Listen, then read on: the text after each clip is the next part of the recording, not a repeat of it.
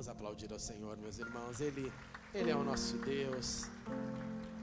Glória ao Senhor. Tudo bem com vocês? Vocês estão com calor assim como eu? Ou não? Depois vai com esse aqui agora mesmo.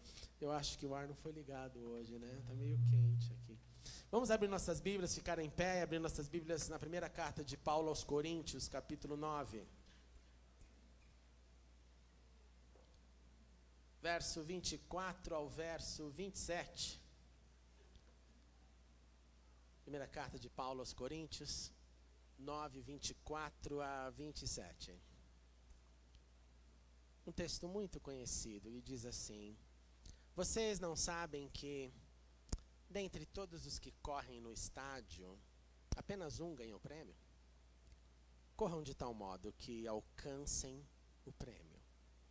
Todos os que competem nos jogos se submetem a um treinamento rigoroso para obter uma coroa que logo perece, mas nós o fazemos para ganhar uma coroa que dura para sempre. Sendo assim, não corro como quem corre sem alvo, e não luto como quem esmurra o ar. Mas esmurro o meu corpo e faço dele meu escravo. Para quê? Depois de ter pregado aos outros, eu mesmo não venha a ser reprovado. Oremos uma vez mais. Continue conosco, Senhor, e agora abra o nosso entendimento para ouvirmos a Tua Palavra, vivermos a Tua Palavra e sermos transformados um pouco mais nesta noite, à semelhança de Cristo, nosso Senhor, o primogênito entre muitos irmãos. Então venha, Senhor, e reina também nesta hora, em nome Teu, nome poderoso, nome do Deus poderoso, do Deus que nos amou. É no nome dele que oramos. Amém e amém. Podemos assentar, meus irmãos. Quando Jesus iniciou seu ministério aqui na terra, o mundo foi preparado para a chegada do Messias. Durante o advento nós estudamos isso. Nós pensamos nas transformações que o mundo teve que passar e enfrentar para que o Messias pudesse chegar. Isso aconteceu há quase 2000 anos atrás, e lá naquele momento, quando Jesus chegou, como você bem sabe, o mundo havia sofrido uma grande influência que foi chamada posteriormente da helenização ou do período helenista. O que é isso? Foi o avanço da cultura grega, da filosofia, da vida, do jeito grego de ser, por várias regiões do globo. Isso começa a acontecer a partir do século IV a.C., com as conquistas de Alexandre o Grande. Eu tenho aqui uma foto, esse é um busto, na verdade, mas aqui só está a cabeça dele, está lá no Museu Britânico, essa exposição de Alexandre o Grande, que foi aluno de Aristóteles, que recebeu toda a influência deste, um dos pais da filosofia, que era o príncipe lá da Macedônia, norte da Grécia, e que com 20 anos de idade ele assume o poder. Ele então lidera um exército grego de 42 mil homens e tem vitórias extraordinárias. Quando você dá uma olhada no mapa do território, tudo aquilo amarelinho que você está vendo no mapa é o território que ele conquistou. Foi um grande avanço para alguém tão jovem ter tido o poder de executar tudo isso. Obrigado àquele que ligou o ar, que Deus te abençoe sempre. E Alexandre, você vai lembrar de pelo menos uma cidade que ficou muito famosa por a conquista dele, Alexandria, no Egito, que foi a cidade que ganhou o seu nome, onde tinha uma das grandes bibliotecas do mundo antigo. E ele então, com a sua vida, com o seu trabalho, ele foi um dos grandes influenciadores desse compartilhar a cultura grega. E teve então consequências com isso. Quais são as consequências? Nós temos então a língua e a cultura grega espalhada. O grego era como se disséssemos que ele era o inglês de hoje, a língua que todo mundo começa a falar. Nós temos o pensamento filosófico sendo então difundido. Ele não só foi influenciado, mas essa influência do pensamento grego começa a passar. As pessoas começam a ficar curiosas sobre esse pensamento e aprender esse pensamento. Com isso vem a mitologia, com isso vem também as artes. É muito interessante quando você compara o avanço da arte, por exemplo, feita pelos gregos, da arte egípcia. Quando você vê uma escultura egípcia, os curadores de museus, eles gostam sempre de chamar a atenção. Olhem só os pés de uma estátua egípcia e perceba que elas são assim juntas em pé. Elas não tinham entendido ainda a possibilidade dos escultores de uma estátua ser aberta, de uma estátua ter uma pose, como todas aquelas poses que nós temos de homem, de Deus grego, ou mesmo dos seus reis, dos seus homens importantes. Então a arte começa também a ser influenciada. E também, não só a arte, mas o esporte. O esporte começa a crescer, os jogos, não só os olímpicos, mas os jogos praticados nos ginásios, que era um grande problema para o judeu, porque o judeu começa a ser influenciado por essa prática de esporte, pela luta livre da época, só que eles faziam essas lutas nos ginásios nus. Então o judeu que era circuncidado, ele ficava muito ali com vergonha, porque naquele momento todo mundo ia saber que aquele era um judeu e não um grego. Mas esse apelo de esporte, de cultura, de filosofia, de língua, foi tão forte que mesmo os judeus, mesmo os religiosos começaram a ceder para esse apelo e querer ser grego, querer agir como um grego.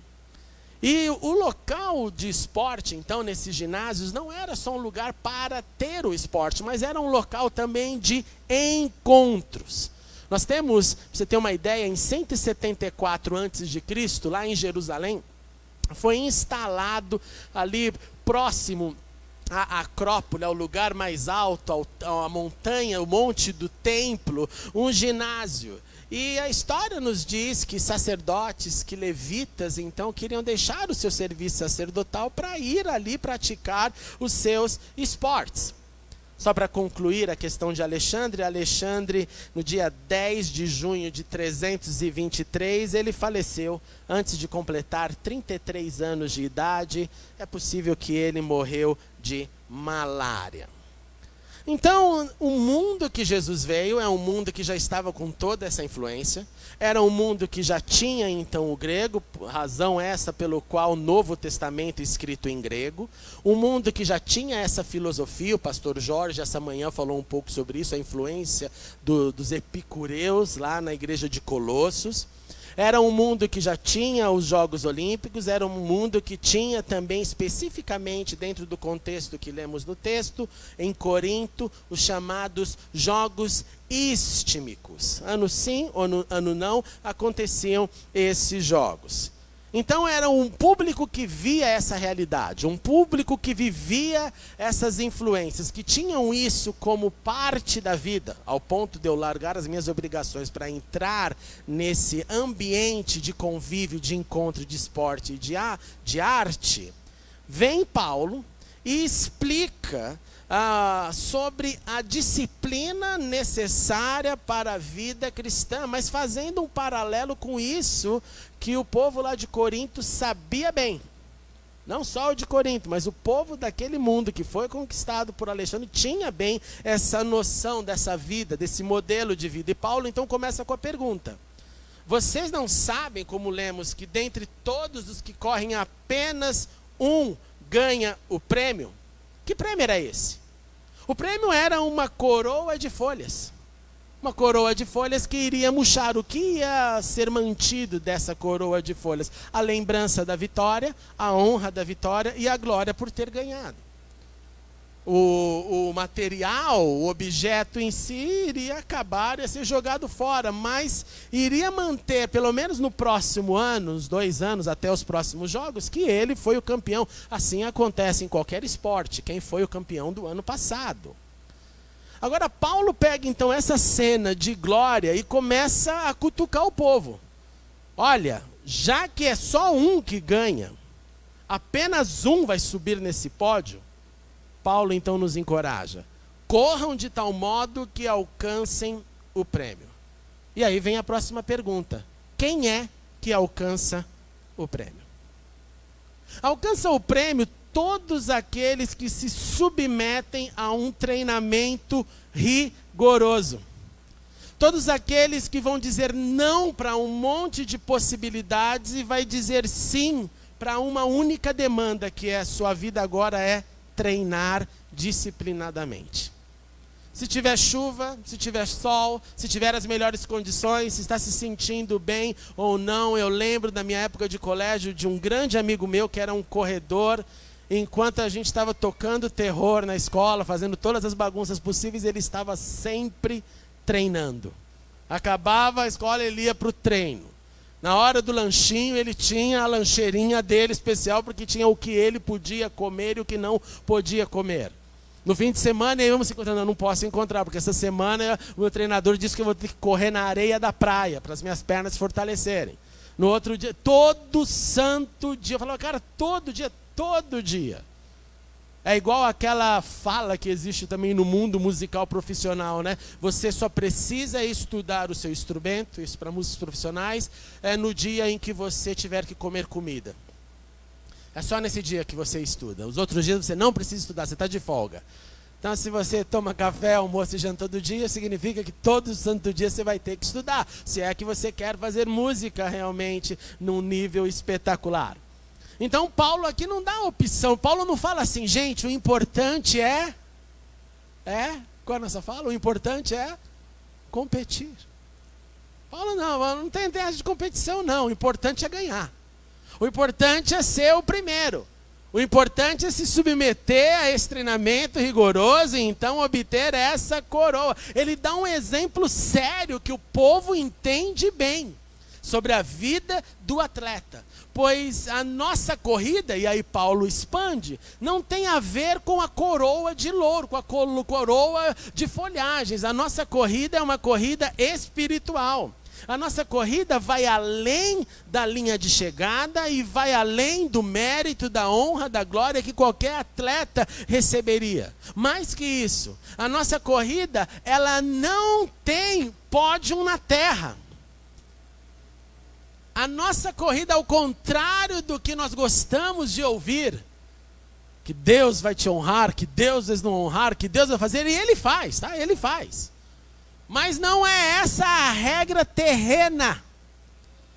A glória, a honra, o galardão, a coroa, a paz, é numa outra camada. Não é aqui na terra. Então Paulo deixa claro que as comparações aqui, elas são antagônicas. Uma nos fala sobre um pódio, onde todo mundo vai bater palma e vai falar o vencedor do ano. Enquanto na fé, você vai viver esse ano e pode ficar no completo anonimato, ou se sentindo, às vezes, completamente largado, que vai gerar, inclusive, inseguranças, porque a nossa corrida é outra. Lembra de João Batista? Quando João Batista foi preso, o que ele quer saber? Será que Jesus é mesmo o Filho de Deus? Em outras palavras, será que está valendo a pena eu ter passado, enfrentado isso? Será que não há um equívoco?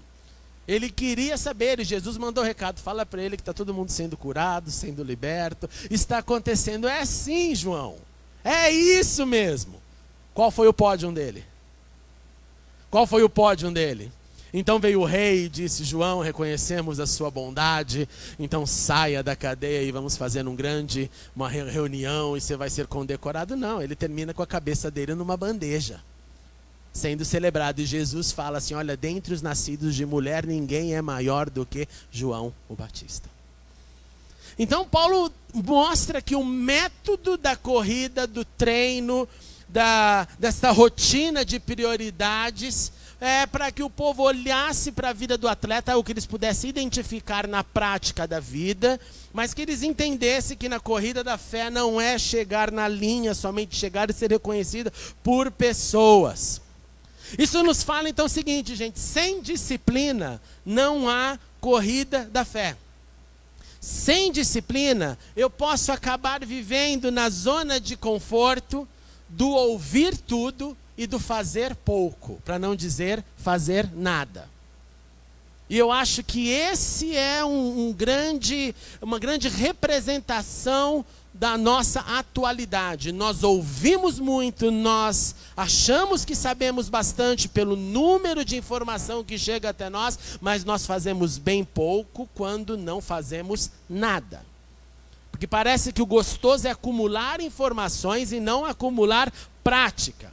Sem disciplina, não aumento a minha capacidade de resiliência, a minha capacidade de fidelidade e a força de executar obras que são frutos da minha fé. Sem disciplina, eu começo a viver simplesmente numa camada, como se fosse no etéreo. Olha, eu estou aqui nessa dimensão, mas aqui no terreno onde há necessidades que são simples.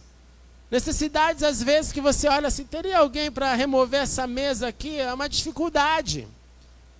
Porque cada um vai ter alguma coisa para fazer. Não, mas é só remover a mesa, é fácil. Ó. Pega 2, leva lá para o fundo. Não consegue visualizar, mas só remover a mesa não é importante.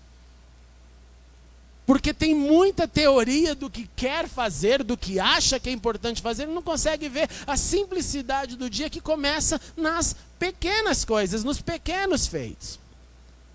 Paulo continua então diante desse contexto. Olha, sendo assim, ele fala, eu não corro como alguém que corre sem alvo.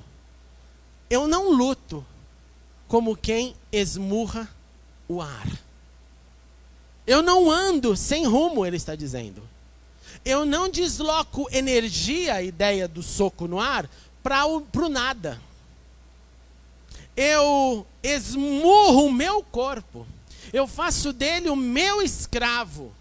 Para quê? Para que quando eu tiver feito a minha parte, no caso dele a pregação do evangelho, e ele completa, que eu não venha a ser reprovado.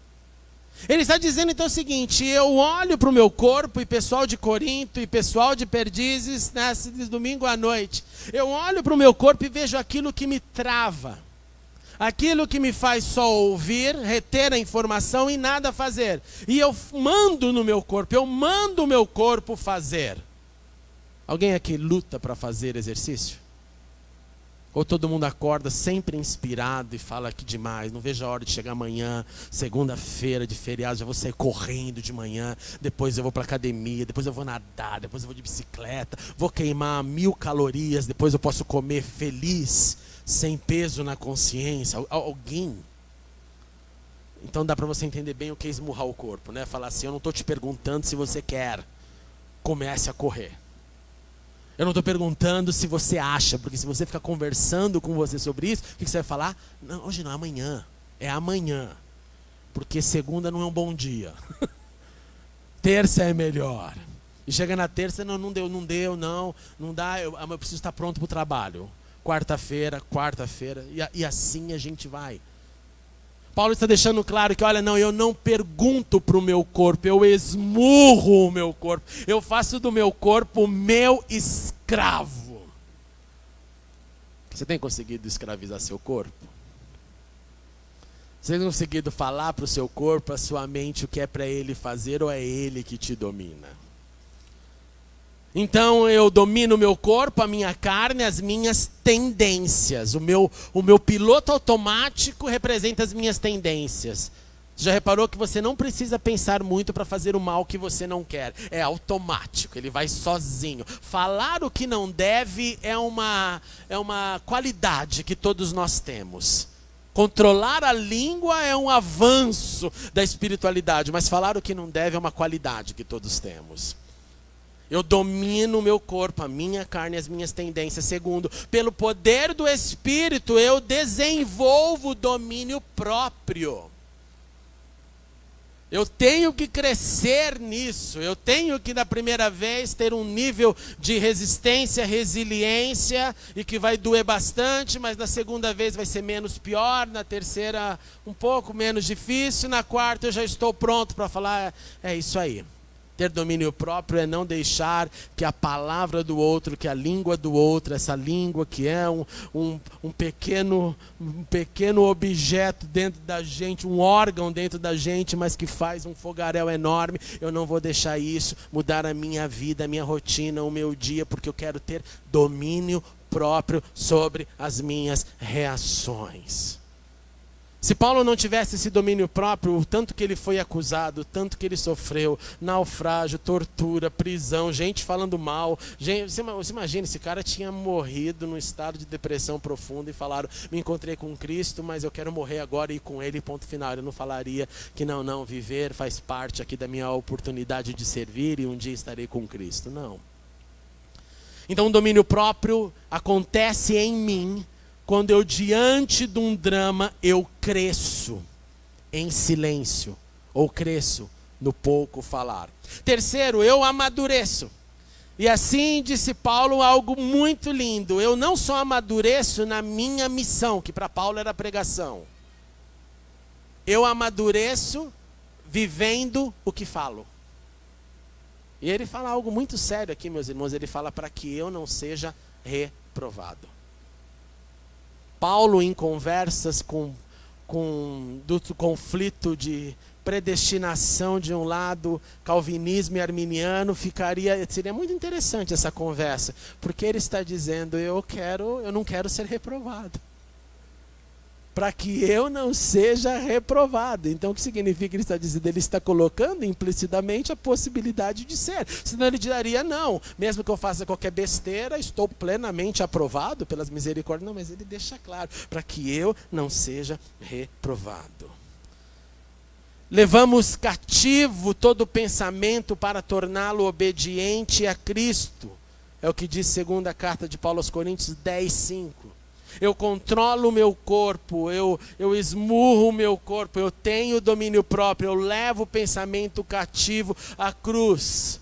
Nas palavras de Jesus, se alguém quiser acompanhar-me, negue-se a si mesmo, tome a sua cruz e siga-me. Pois quem quiser salvar a sua vida, perderá, mas quem perder a vida por minha causa, a encontrará. Pois que adianta o homem ganhar o mundo inteiro e perder a sua alma? Ou o que o homem poderá dar em troca da sua alma? Paulo então está totalmente alinhado com Jesus, que existe uma disciplina para viver. Que Paulo dá o exemplo do atleta, que Jesus dá o exemplo da cruz, mas nos dois casos estamos falando sobre disciplina de viver. Disciplina que me faz controlar o que sou, que me coloca mais perto dele, que me faz entender que há necessidade de rotina, de perseverança, e não de um ato esporádico na minha semana, que me conecte com o sagrado e até domingo que vem, se Deus permitir. Não, mas algo que é do cotidiano, para que eu vença a corrida que Deus tem para mim, para eu caminhar, para eu viver. Meus irmãos, nós vivemos num mundo influenciado por toda sorte de maldade, isso não é novidade.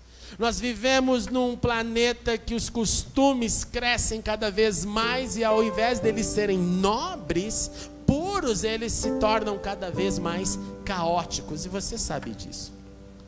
Eu e você, nós enfrentamos pressões sociais, todos os momentos nós adquirimos essas pressões através dos nossos sentidos, entram pelos nossos olhos, pelos nossos ouvidos, pelas sensações que temos. Diariamente nós assistimos o caos. Nós ligamos os noticiários e mais caos. Nós andamos pela cidade, mais dificuldade. Você conversa com alguém, sempre tem alguém para te dizer de um caos que é pior do que o último que aconteceu. Não tem fim. E o objetivo dessa maldade manifestada no mundo, nesse mundo que a Bíblia nos diz com clareza, jaz no maligno, é para tirar eu e você da corrida, é para fazer eu e você que a gente venha sucumbir diante de tantos apelos, diante de tantos convites. Esse está sendo o drama da juventude, que tem que olhar com clareza e dizer, não, eu sou de Cristo e ponto final.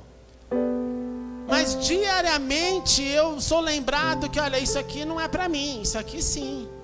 Esse convite nem me chame, porque não faz parte do meu leque de opções, mas aquele outro é legal. Nós vamos conviver com isso cada vez mais.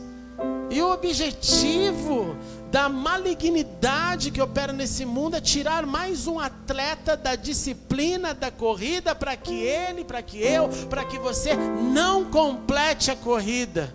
E gente, como é frustrante você perceber pessoas que andaram uma caminhada, de repente algum evento, alguma coisa o tirou dessa caminhada, e você olha lá no fundo. Eu direto converso com pessoas que falam: não, eu sei que esse é o caminho, mas agora eu não quero. Agora eu não quero. Eu sei que é o que Deus tem para mim, que o que eu estou fazendo não é agradável a Ele, não é o plano dEle, mas eu não sei, eu estou esperando. Esperando o quê? Esperando o quê? Lembre-se, você é um atleta da elite de Deus. Deus tem algo para você, e o que Ele tem para você não é o que Ele tem para mim. Cada um aqui tem uma corrida, uma jornada. Um vai ser 100 metros, outro vai ser com barreiras, outro vai ser a maratona, outro vai ser a São Silvestre. Final do ano, você já está convidado para correr comigo. Deus tem uma corrida para cada um de nós, que tem a ver com os anos de vida que Ele vai te dar, que Ele tem a ver com a história que Ele vai te ajudar a escrever, que tem a ver com aquilo que Ele quer falar. Legal, servo bom e fiel, entra agora no meu reino e celebre, não a coroa corruptível, mas a coroa da vida, a coroa da vida. Agora não se equivoque, sem disciplina você não vai para lugar nenhum. Sem disciplina você vai ficar olhando, teorizando, engordando de tanta palavra, e vai continuar voltando para casa e falando e dando justificativa por que não faz, ao invés de dizer: é por isso que faço, é por isso que cresço, é por isso que amadureço, é por isso que estou crescendo na fé. E como Paulo, nós devemos fazer tudo isso para que também nós não sejamos jamais reprovados na grande chance de vida que Deus nos dá. Para concluir, primeiro então, sendo bem prático, encontre espaço na sua agenda. Encontre espaço para que a influência de Deus possa te alcançar diariamente. Espaços de encontro, espaços de comunhão, para que a vontade dEle te influencie, te fortaleça. E que não fique um espaço somente dominical, mas um espaço de dependência desde o primeiro raiar do sol. Segundo, reserve tempo para você crescer na sua espiritualidade. Quem faz regime não fica checando na balança. Geralmente, quando a gente não está sendo muito bonzinho com a comida, a gente não checa a balança. Você quer fugir dela. Na espiritualidade é igual: não vou checar não vou checar se estou crescendo. Sem essa disciplina, você não irá crescer. Cheque: Senhor, como é que anda esse meu crescimento, a minha espiritualidade? Mais perto de Ti, mais longe de Ti? Aonde estou, Senhor? E quando sentir preguiça, quando você se sentir fora de forma, quando você se sentir e perceber você negociando com você mesmo, fale bem alto, grite bem alto por Deus: Senhor, me ajude a completar a minha corrida, me ajude, Senhor, a viver uma vida com a disciplina que Tu queres de mim, me ajude a vencer a corrida que é minha, Senhor, a corrida que é minha e que não é do outro. Que assim seja na nossa vida, até o último dia, até o último suspiro. Vamos ficar em pé e orar.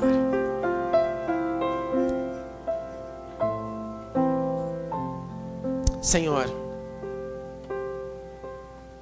é incrível perceber que o Senhor quer nos usar, que o Senhor tem em nós embaixadores, representantes do Teu reino. Que o Senhor tem em nós gente que o Senhor salvou, serviu primeiro, para que pudéssemos, cada um de nós, corrermos a nossa própria corrida, Senhor. Corrida que o Senhor nos capacitará e nos capacita para correr. Eu te suplico, Senhor, que a preguiça não vença o Teu povo, que as desculpas não vençam o Teu povo, Que as justificativas do porquê não se transformem em porquê sim. Que haja um avivamento de fé e obras juntos, Senhor. Que tudo aquilo que a gente ouve, que a gente gosta de ouvir, que a gente aprende, se transforme em matéria, em algo materializado para o teu reino, para o servir o meu próximo, para o servir a terra, para o deixar a luz brilhar, o sal dar gosto na sociedade, e cada um de nós correndo a sua corrida. Oh, Senhor, às vezes não é fácil, Senhor, é tão difícil, na rotina, na luta da subsistência, nos dramas que enfrentamos, Senhor. Nós precisamos do Teu amor também nos fortalecendo nesse sentido, mas nós confiamos no Teu poder. Então ajude-nos, Deus, ajude-nos a viver com o significado, com a disciplina da vida, com a rotina que faça jus à nossa vocação. Fortaleça o que está nesta noite fragilizado. Fortaleça, Senhor, os que estão frustrados. Renove o ânimo, como começamos esse culto. Que seja a alegria do Senhor a nossa força. E o nosso entendimento que sim, a cruz não durará para sempre, pois como cantamos, Senhor, queremos um dia trocá-la por uma coroa, Senhor. Bendito seja o Teu nome. Que o Teu Espírito nesta noite, Senhor, mostre para cada um aqui dos Seus filhos, para todos nós, que a corrida é individual, é única, é minha, como é de cada um dos meus irmãos, e que nós somos chamados para completá-la, com sorriso ou com lágrimas, mas até o fim, como o Senhor Jesus carregou a cruz até o fim, enfrentou a morte, mas ao terceiro dia ressuscitou e vivo está. Fortaleça-nos na prática, Senhor, na vida, na rotina, e faz-nos vencer a corrida. Em nome de Jesus.